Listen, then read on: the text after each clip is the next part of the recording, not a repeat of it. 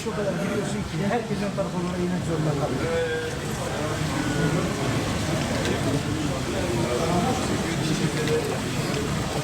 Arkadaşlar şey mi? Yürüyüş yoluna çok girmiyor. Yürüyüş yoluna girmiyor. Şu yürüyüş yoluna Alayım hocam. Ya şu flaşı ne bileyim var kardeşim ya.